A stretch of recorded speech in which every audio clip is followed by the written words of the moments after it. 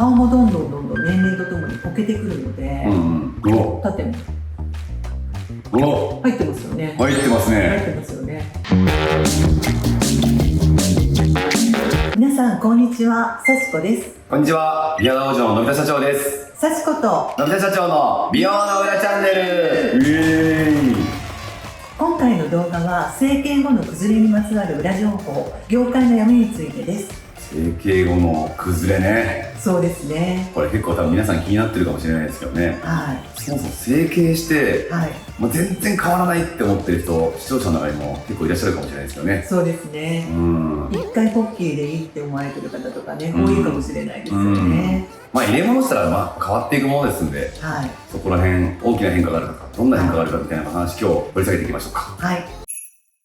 早速なんですけども、例えば二重の整形で埋没と切開あるじゃないですか。切開だったら一生持つというか、その後変わらなさそうなイメージもありますよね。それも違う。そうですね。切開とかであれば実際には埋没よりも全然長持ちするっていう風に言われてるんですけど、やっぱり老化とともにどんどん上眼瞼の皮がかぶさってくるっていったところで、縫い直し、切り直しですかね、をやったりとか、あとは眉下リフトをやったりとか、そういう風になっちゃいますね。埋没だとどれぐらい持つんですかね、二重って。埋没はだいたい一生持つ方も中にはいらっしゃいますね。中にはね。ただコンタクトを普段する方とか、目をすごくこすったりとかする方とかであれば、やっぱり外れやすいかなというふうに思ったりします。で、実際にクリニックによったら3回取れたらもう切開だねというふうなルールを設けているところのクリニックもありますね。ありますね。はい。僕の部下にも目をこすって埋没やって半年以内に取れたっていう部下がいます。なるほど。あるあるですね。あるあるですね。はい。切開はどれぐらい持つっていうのが一般的なんですかね。一生持つとかっていうのは言いやすいんですけど、大体30代の後半ぐらいから、どんどん老けていくっていうのがやっぱりあるので、その一番最初に切った切開ラインから、皮がかぶさってきて、でそこから、もう一回切り直す方もいらっしゃいますし、あとは眉下切開とかをね、する方とかもいらっしゃったりしますね。最後の切開の二重整ですから、何年ぐらい経って今どんな感じなんですか？今はだいたい20年ぐらい経ってると思いますね。20年ね。結構長めに持ってるっていう。長めに持ってますね。その経過っていうか変化って何かありました？一番最初のラインはすごいもう理想通りの目のラインになったんですけど、ただやっぱり年数を重ねていくとどんどん崩れていって、目のラインがどんどん細くなっていくんですよね。なので社長は実際にお化粧しないのでわからないかもしれないんですけど、アイラインを女性って引くじゃないですか。引くね。でその時なんかとかにも一番最初は目をこうしなくてもそのままアイラインをこう引けてたのが、最近はやっぱりどんどん年齢とともにかぶさってくるので、もうこうやってすごい広げてこうやってやらないとダメなぐらい、もうどんどん狭くなってきました。そういう変化があるんですね。老化に伴って上から下に垂れてきてるっていうこと。二重の幅がどんどん少なくなってきました。少なくなる、狭くなってきました。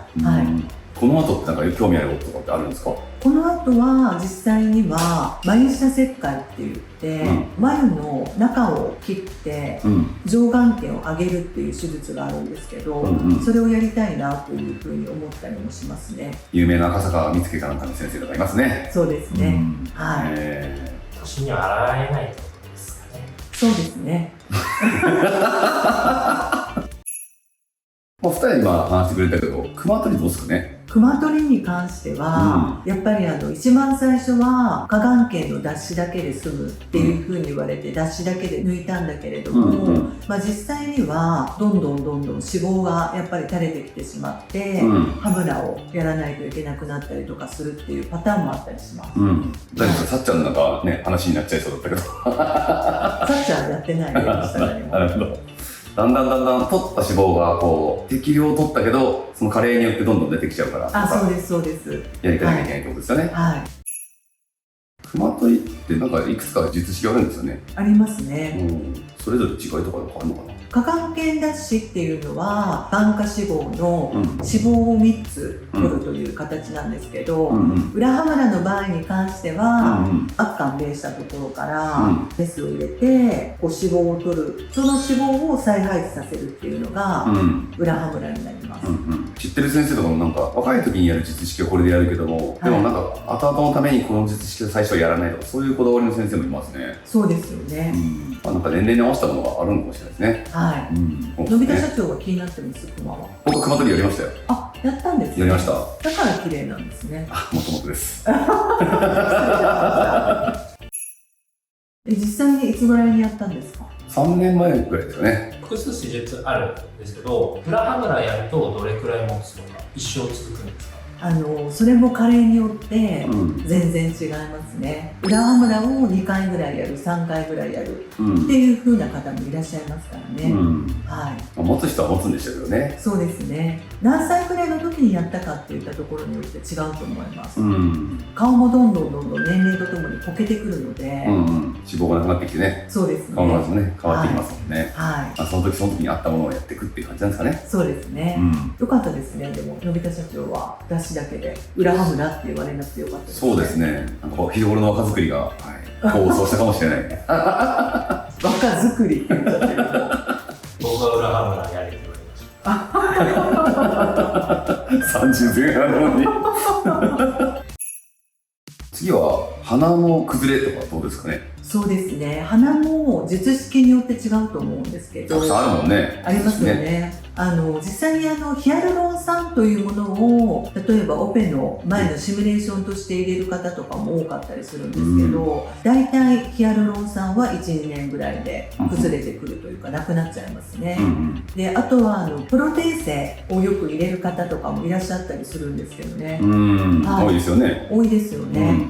プロテーゼの種類は最近は I 型っていう1本の筋のやつが多いんですけど、昔流行ったのは L 型って言って、L 型、こういう L 型になっているものがお鼻にこういう感じなんですかね。あ、そうですそうです、多くてですね、それで鼻腺を作る方、鼻のこの一番高いところを作る方が多かったんですけど、実際にL 型っていう風になってくると、どんどん年齢とともにこうアップノーズにこうなって豚ちゃんみたいになっちゃうんですかね。あ、そうですそうですそうです。それでこの辺に L 型のこの L が出てる方とかもいらっしゃったりしましたね。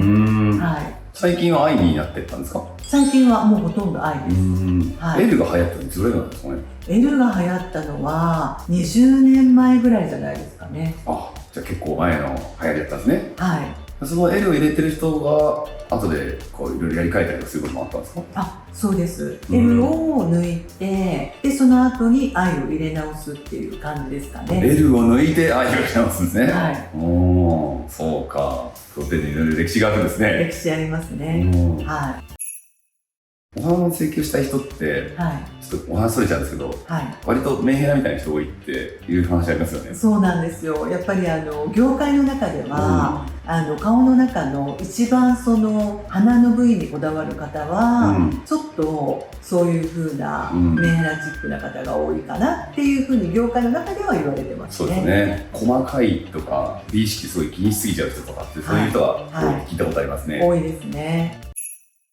プロテーゼ自体はその埋没、二重の埋没みたいにその耐用年数とか耐久年数みたいなのってあるんですか？それはね、ないですけど、ただ年齢とともにどんどん形が変わってくる、元に戻るので、必ずこう生体防御反応って言って、元に戻ろうとするじゃないですか。なので実際にオステオホール、そうです、そういうのとかもね、鼻の鼻腺のところにちょんって残ってる方とかもいらっしゃったりもしますしね。他の組織がもう戻ろうとして、そうホールだけ置き去りみたいな。オステオポールの除去っていうのなんか結構聞きますよね。聞きますよね。なんか結構昔の術式なんですかね。すごい昔です。ですよね。はい。すごいひどい施術みたいなのを聞きますね。一時期はね、すっごい流行りましたけどね。これはなんか闇がありそうなんで別の動画。はい。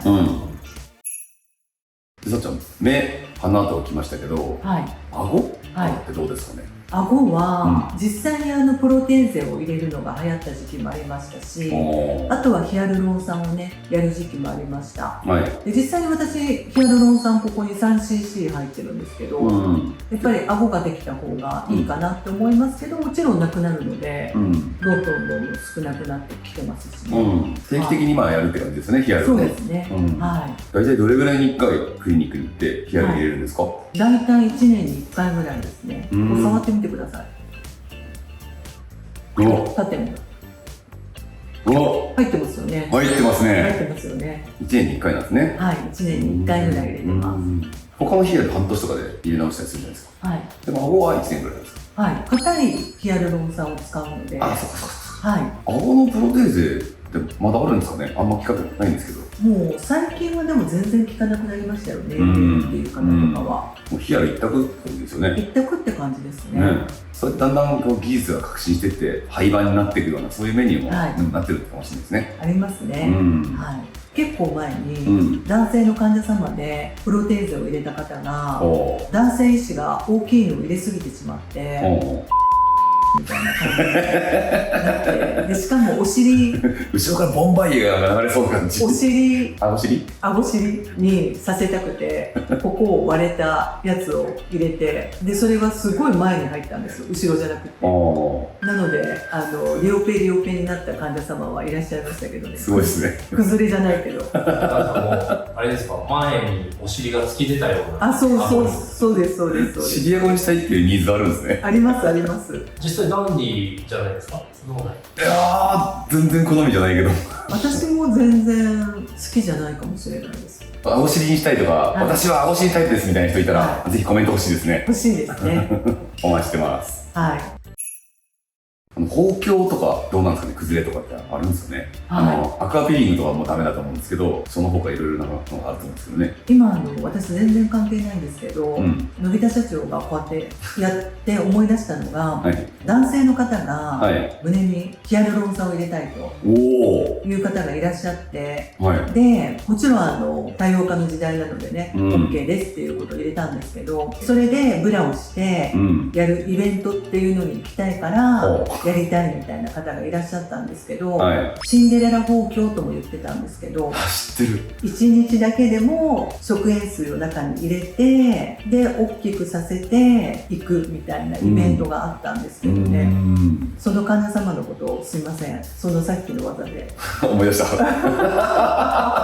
で話は元へなんですけど、大体包協っていうと、まず大体異物を入れますね、自分のものも入れたりします、アクアフィリングって言って昔流行ったものもあるじゃないですか、あとはヒアルロン酸っていうものもありますし、おっぱいヒアル、おっぱいヒアルって言い直す必要ありました今？わかんないです。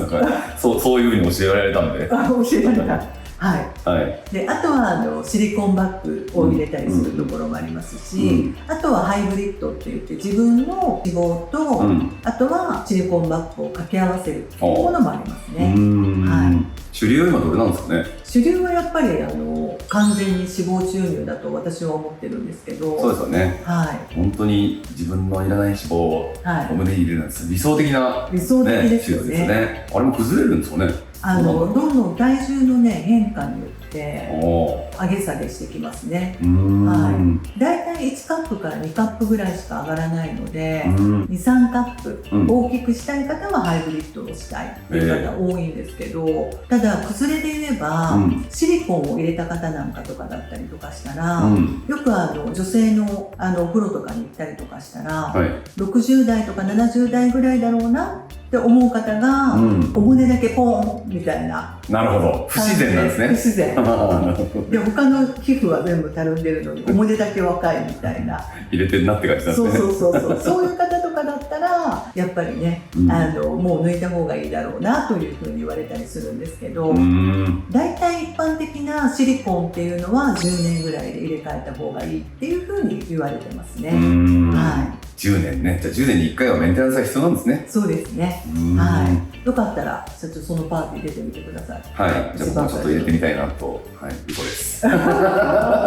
実際やっぱシリコンバッグ入れた方って50代とか60代の時にこう抜かれて終わりにするとか、もうめちゃくちゃちっちゃいのにして入れ替えてもう老後に備えるみたいな手術は多いんですか？そうですね、50代って言ったらまだ若いので入れ直す方はいらっしゃらないんですけど、だいたい70歳ぐらいの方とかでシリコンっていうのはやっぱり大きいよりもちっちゃいその自分の体に合ったシリコンの形を選ばないといけないっていうのがあるので、小さいのでもう本当に自分の体もどんどんよれてきて、それで分かってしまうっていうパターンが多いので、入れ直すパターンが多いかもしれないですね。で抜いて自分の脂肪を入れるっていう。他には何かありますか？他には、私基本的にのび太社長が、シリコンが触ったことがあるかどうか。ないです。シリコンの入ったお胸も触ったことなければ、シリコンそのものも触ったことがないですね。あ、そうですか。最近のシリコンってすっごい自然で、リップリングっていう包茎を入れた時のシワがあるんですけどね、シリコンの、それも分かりづらくなってますし、昔ってベッカム夫人とかってもうもろ入れて、で胸の形がもうもろ出しで入れたなっていうのが分かるじゃないですか。でも最近の包茎は本当に分からなくて、で私も以前勤めたところで、すごく某有名なタレントさんが来てたんですけど、もう本当に綺麗でした。その方はちょっと胸を重視してるようなタレントさんだったんですか？そうですね、アイドルでもう全盛期の方やP 入りますねこれ、あとは有名女優の方とかもでもさんとかはずっとやっぱり下着のモデルもしたり、あとお胸をやっぱり出すような衣装を着たり、舞台挨拶をしなきゃいけないっていうのがあるので、なるほど。であの方ってすごく作られた綺麗なボディですよっていうのが売りなので、なるほど、もうブランディング通り、そうずっとヒアルロン酸を入れて、でも触ったらもうしこりが分かるぐらいになってましたね。なるほど、カチカチなんですね。そうですね。じゃあ長い期間にわたってやってたってことですかね。そうです。ただダウンタイムがね売れっ子さんすぎて取れないので、もうシリコンとかは入れられない、脂肪注入もできないみたいな感じですね。東京事情すごいですね。すごいですよね。結論としては崩れていくと。崩れていくってことですね。話がそれちゃいすぎました。逆にこれやったら一生崩れないなみたいな整形は一個もないんですか？脂肪吸引は結構長持ちでいけるんちゃうかって聞いたんですけどね。そうですね。太らなければ、脂肪吸引自体は太らなければ、自分のだって脂肪だからね、移動させる。他は AGA とかはどう思います？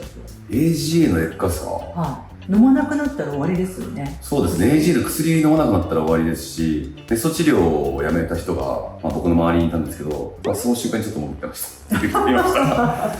あとこれちょっと AGA じゃないんですけど、医療アートメイクで生え際入れるじゃないですか。あれ男性やると後退していくんで、この隙間ができちゃうっていうのがあって、そうバーコードだけ残るっていうのがあったんで、それ切ないよねっていう話をアートメイクのナースさんとしたことがあります。老後も想定して整形をして、そうですね。老後を想定して整形もしなきゃいけないし、メンテナンスは基本的にかかるとか何回かやるものだっていうふうに思ってた方がいいかもしれないですね。そうですね。じゃあ今日のまとめとしては、美容整形を何度もやり替える可能性はあると考えて、一番最初に何をやって、それがずっと続くんじゃなくて、その後に次にどんなことをやるかっていうのも担当する先生と話として決めていくっていうのが大事なんですね。やっぱり一回やったとしても、メンテナンスが必要なものっていうのもあるので、その辺あたりもね、費用感も見て施術をやった方がいいかなというのは思いますね。そうですね。この動画が少しでも参考になりましたら、グッドボタン、チャンネル登録よろしくお願いします。また、皆さんの気になったことなどコメントいただけましたら、次の動画の企画の参考にさせていただきます。それではまた次の動画でお会いしましょう。私今度、のび太社長にやってもらいたいなと思ったのが、この前とある時に入院を見せられたんですよね。僕そう。で、その時にニップルアートをやればいいなって思いました。くすんでました。いや、すっごい綺麗な赤ちゃん並みのピンクだったんですよ。逆だ、